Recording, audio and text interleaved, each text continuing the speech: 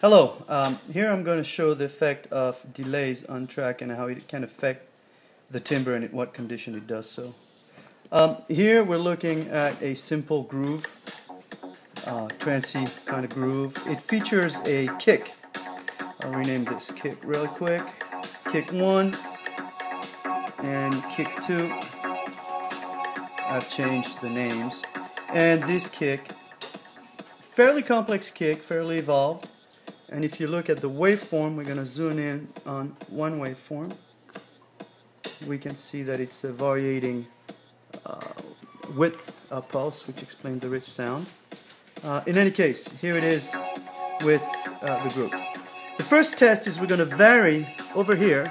We're going to move this track along ever so slightly by changing, this is Ableton Live, the millisecond assignment on the mixer, like so. 3, -1, 5, 7, +7.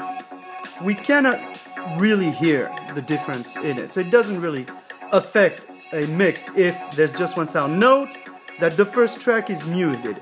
There is no interference between these two tracks. Just this track is playing. Now, if I go out to 50 milliseconds, we start hearing out of step. Yep. So at 30 milliseconds you have a problem. At 10 milliseconds you even have like a fatter kick because it's ever so slightly moved, but it works, and the kick is slightly longer in terms of attack. So that works well, but really below 10 we can't hear anything. However, what happens when we're going to introduce the other? They're out of step.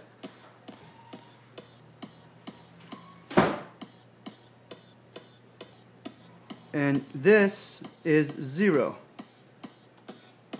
With 0 milliseconds, the sound is just big. The tracks are perfectly in sync, like so on the waveform.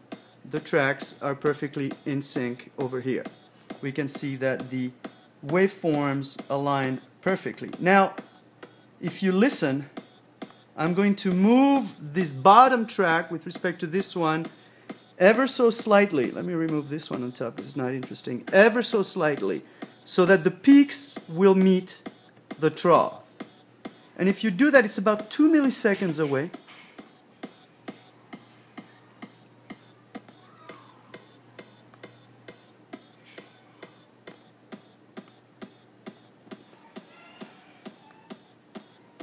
The change in the sound is quite drastic. And what's happening, we can see it on the waveform over here, is that really what's happening is that we're moving the timeline like this.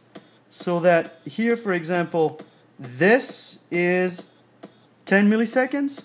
So this is really 2-3 milliseconds. And what happens at 2 milliseconds is that if you focus here on this tranche, the peak of the bottom one canceled out the trough of the other one. So there's serious timbre modulation going on and interference between the two tracks with the 2 millisecond delay.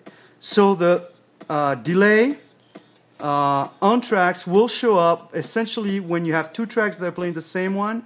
In the case that this one, for example, the first one would send and be remixed afterwards, you would have interference due to the delay. So you want to compensate for the delay, or maybe you treat it as a timbre. However, if it's just one instrument within it, there's no way for you to tell if we're 6 milliseconds away or not. And that's the end of the demonstration.